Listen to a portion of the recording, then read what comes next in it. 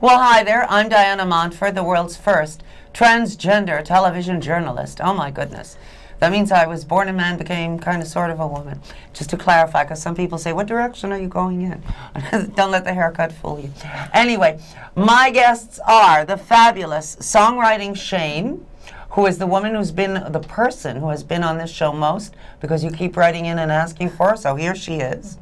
And the fabulous Charlene Chamberlain, superb radio show host, interviewer, interviews all the big celebrities, rock celebrities and everything, and she's going to tell us some of her fabulous experiences. And here we are, the Diana Montford Show. Anyway, so talk to us, somebody. Okay, you want to go? I do. I actually have a question for Shane. Shane, I heard that you are in the process of yoga training. Yes, and I'm going to lower my chair on that now. Tell us a little bit about your yoga training and how that is helping you with your creativity and your songwriting. Okay. So recently I went to through a phase where I needed to pull back and get my energy back and meditate. And I took it to the next level of being, you know, enrolling myself into yoga teacher training. It's Kripalu yoga teaching, like the Maharishi Mahesh Yogi From the yoga. Beatles? The Beatles? Yes, Within You Without You. The song. I love that Ravi song. Shankar. And I once had an acid trip to that album. I had a bad trip. And what kind of acid was it? Do you remember? Yeah, it was. What was it? It was a while ago. It was my last acid trip because I had a really bad The trip. Magical Mystery Tour. My mother had just died. I was 15. It was Oh, 1971. sorry. So I don't remember what It kind of was. Well, look, I still have the jacket, the neighbor jacket. It was kind of like this. That was my mother's. Oh. Yeah, so I love your outfit. thank you. It's a little different. It's kind of antiquated, but I'm No, it's kind of bringing not. it back. It's like this. Why is it antiquated? It's like beautiful. patchwork quilt, like But you know. that's so like, in. It is? Yes. Okay, it's in. So back to the yoga training. Okay, so I didn't know what I was getting myself into. Basically, how involved it is in this training that I've done for months and months and months. My first trek with it was I had to sit in silence. I know. You? Yeah, I was going to say cruel How and does that unusual happen? punishment. Yeah. How do you do that when you've? My idea of silence is just sitting there and thinking of all that I have to do and what I need to do and organizing this and that, and I've got quiet. So I had to sit in silence and get rid of all that and go within me and just be. That's very hard when you have so many responsibilities and so many things that you think that you have to do. But isn't that the point of yoga? Because Yeah. we all have so many responsibilities. Yeah. So that we relax and somehow Right. let go of these things. Well, you also, I think yoga helps you turn off that mind chatter. And I know I have that all the time. Yeah. So, you know. Chitta Fritti. Yes, it is. What is it called? Chitta Fritti. Shit. No, chitta. Never mind. It's a Hindu word. Oh my God. Say it again. Sort of like Titicaca is again. a South American word. Yeah. Chitta Fritti. Shit the freaky. No, it's Shit the freaky. Shit the freaky. Never mind. So, Wait, that's as good gonna as this. strangle you. Christ between two talk show hostesses. Forget it. It's over. Oh my God! You start out with yoga. We can. I loved yoga. I'm smarter than the average bear. What can I do? I didn't like yoga. I tried it.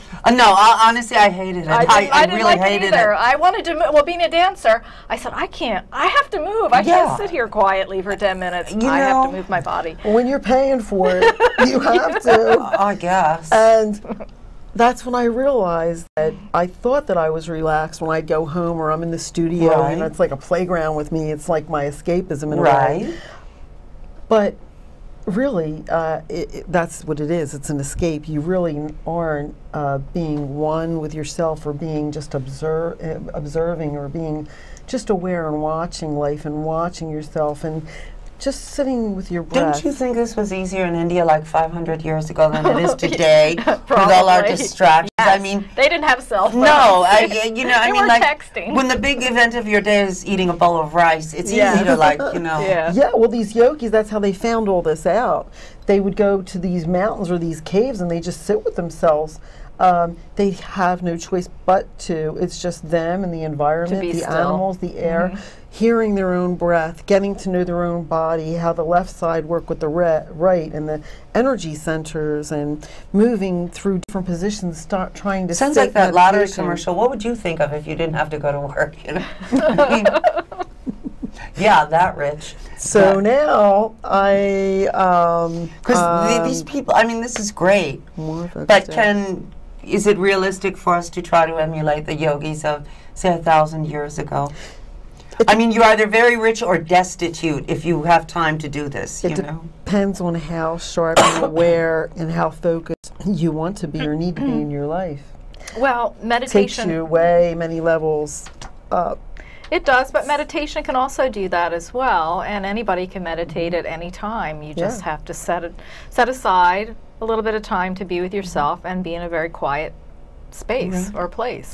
And it's way more than just doing these postures, the yoga postures, you know. Well, Hatha yoga is the yoga posture, whereas the totality of yoga. I once read that meditation is listening to God, prayer is speaking to God. Does that make sense to you? Yeah, it does. You go way within and you actually feel God and hear God within you. So you know, no longer have to go like, dear God, please help. It's just like, go within you. It's here. Your gut feeling, your spirit, what do you feel? And then this energy, when you're all lined up with that and you're in peace and you're not in a duality with you and the world, you have no identity, you lose your identity, you're not a religion, you're not a gender, you're not a race, you're just that being. Spirit, You're that just that being. that spirit. That consciousness. You are with God. You're like the baby, the infant. That's everything's done for that infant in the womb, and you can almost go back there to where it all began, and you'll remember things. So if you're an artist and you're creative, wow, it really takes you so many levels. A creative flow. Yeah, Definitely. there's a beauty in it. Why do we want to go back to the womb? I mean, do I really need to remember my mother's gas pain of 1956? Yeah, no. I mean, you know, I mean, well, that's your mother. That's your mother. See, once again, you're in a duality. You're not in within you. Even around all circumstances in life, if you can find a way to disconnect and just become the one and not attach it to a feeling of what's happening around you or this person or that person, because they don't exist. That's their world, but you create that. You make it your world when you attach to it. well, do you believe that you have imagined I've read that some people think that they have imagined the entire world and that the rest of us are basically your imagination. Her imagination. We are all Shane's imagination, or Charlene's imagination, or my I can only imagine what I'd imagine. Well, there you go. Well, I can take it a step further. If you were to put us under, say, the highest magnifying right, or microscope, right, and you really saw us under that, and you saw that all that we are atoms.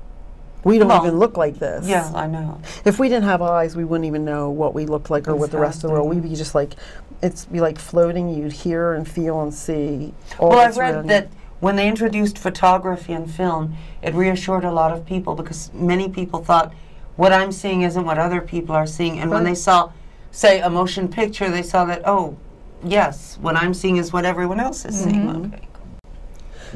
And it's funny you bring that up, because if you're watching a film and it's getting the attention of a crowd, whether you know it or not, you're all in that same journey without anyone telling you. Absolutely. And focus at the one thing. It's almost like a hypnotic thing that happens. Yes. That's what the beauty of entertainment is.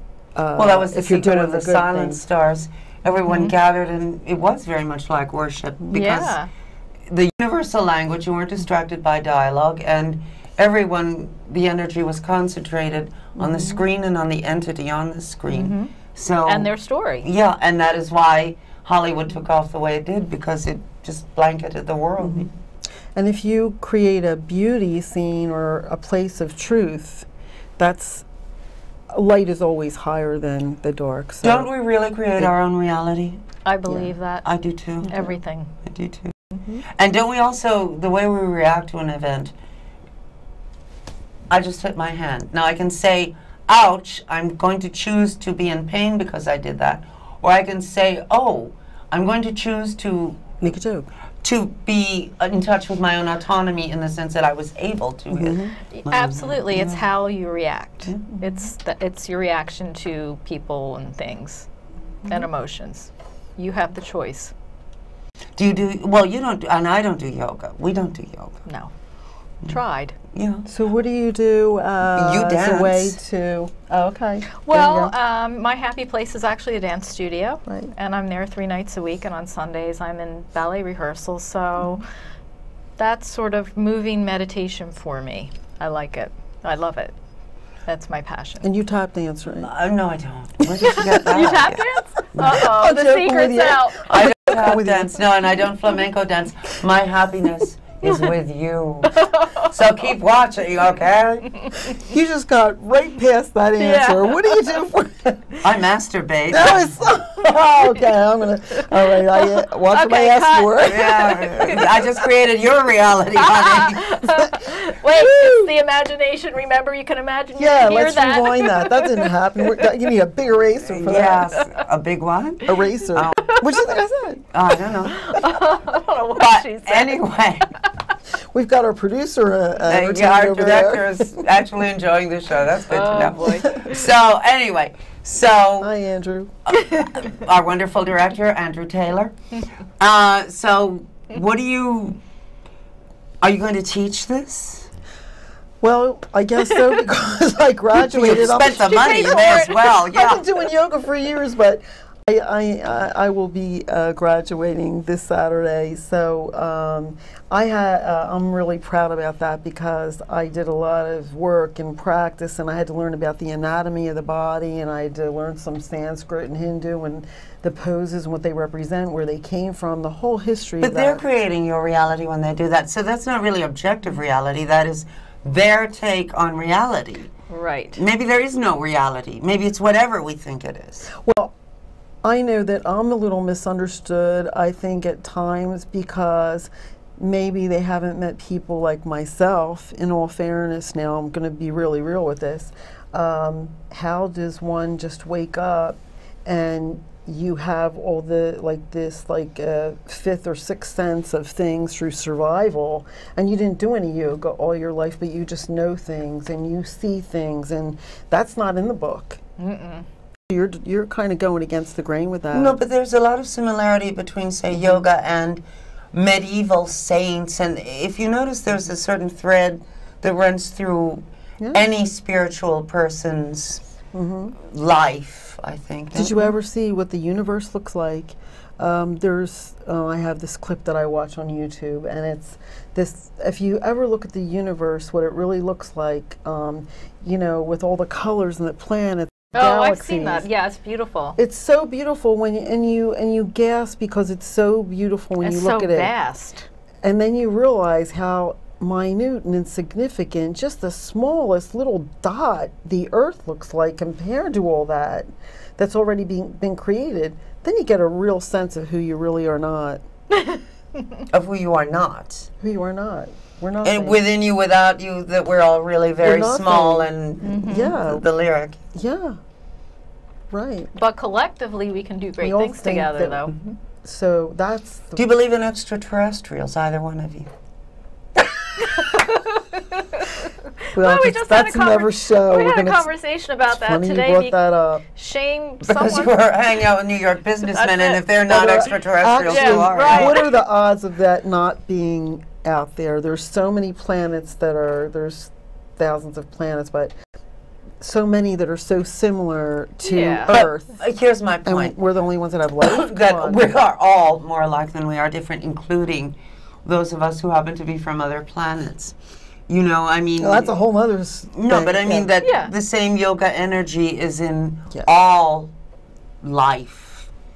You know? And who knows, maybe the other planets, they don't have all this battling and they don't have the civilizations and the history that we have.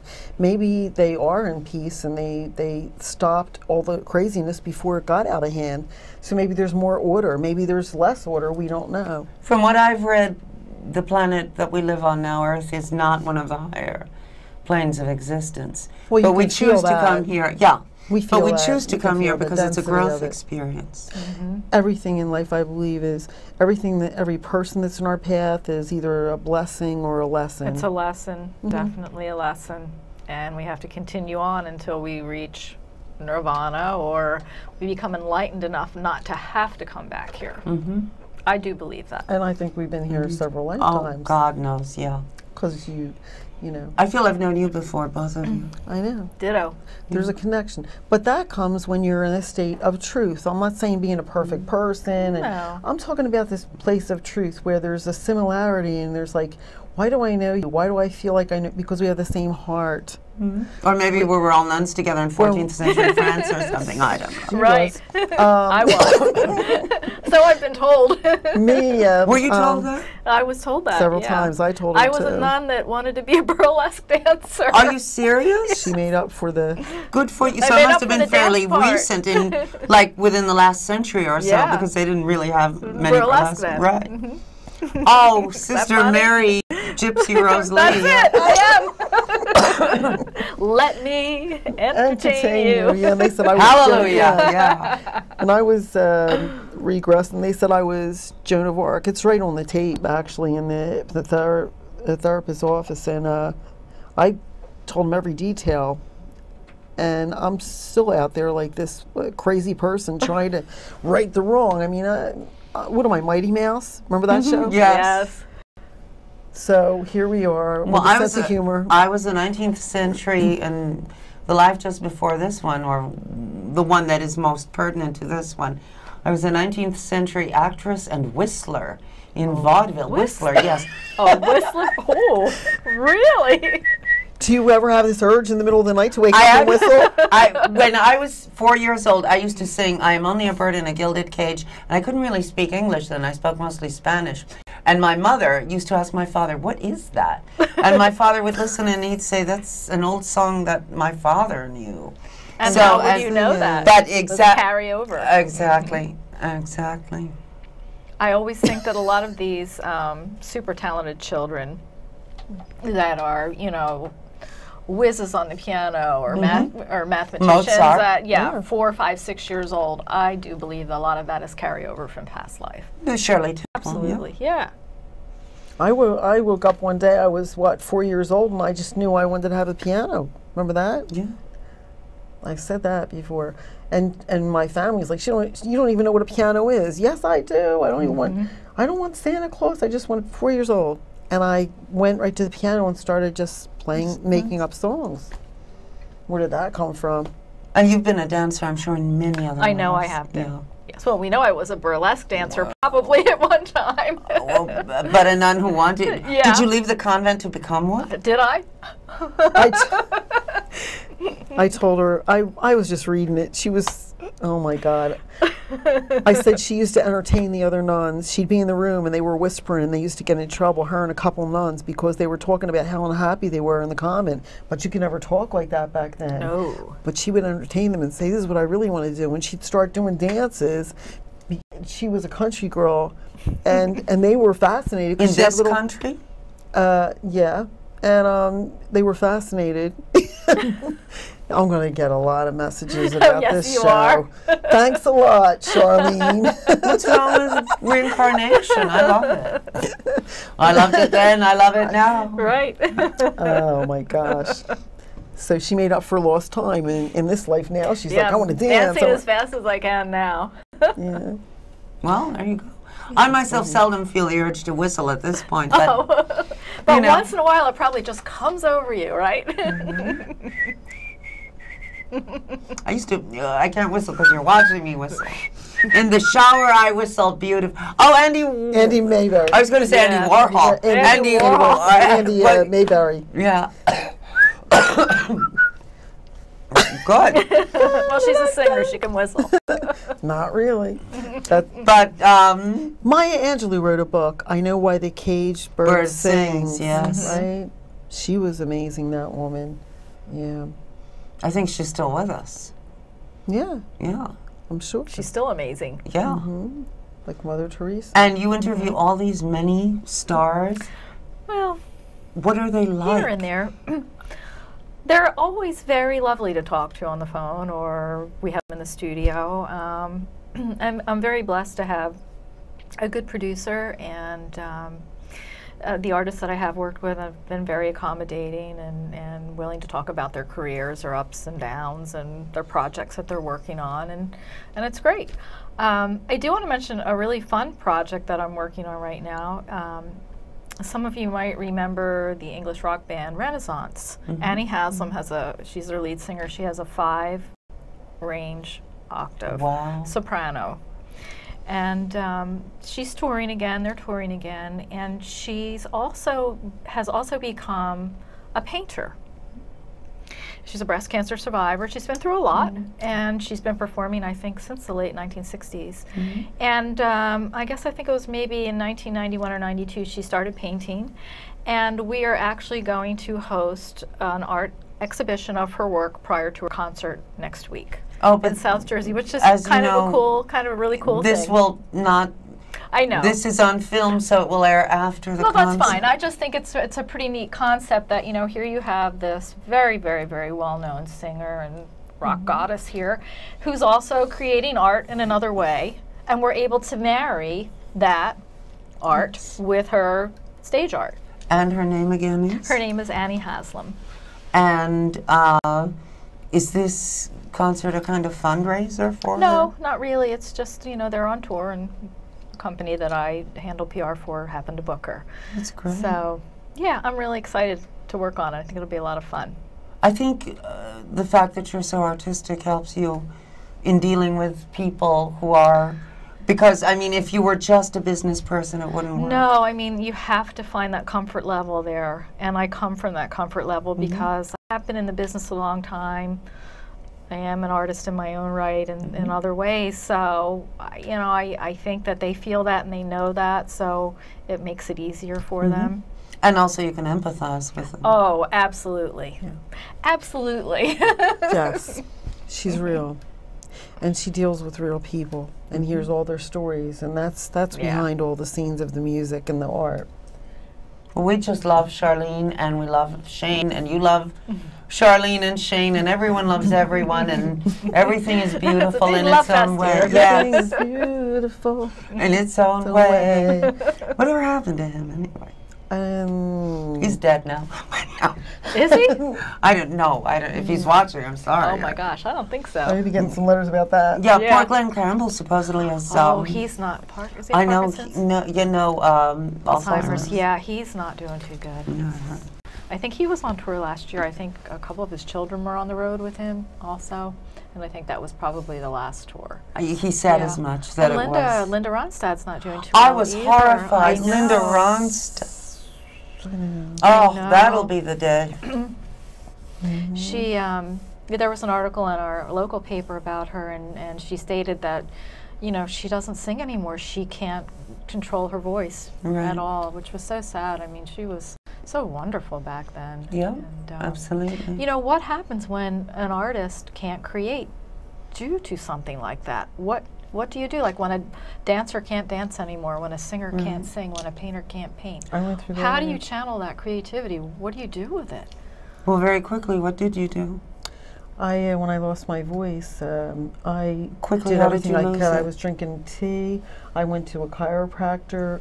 I believe that the body heals itself. How did you lose? I do too. So I'm just, sure you did. Yeah. How did you lose your voice? 9/11. Oh, right. Shane is a first responder, as you may. If you go on YouTube, you'll see her doing a show with another first responder, TJ Gil Martin. Gil Martin, and they discuss their 9/11 experiences. And of course, you can always hear the wonderful Charlene Chamberlain on her radio show, which is? Yeah, it's called Front Row. It's on WTER or talkexchangeradio.com on Wednesdays from 6 to 6:30. Right. And I'm glad you, how long did it take you to get your voice back? Months, but I stuck with it. I drank the tea and the honey, and Any tea? Green tea, white tea. Did you do the blueberry tea for a while? I have blueberry tea. Teas that detox. You can look at them, herbal teas and honey, and I did the neti pot.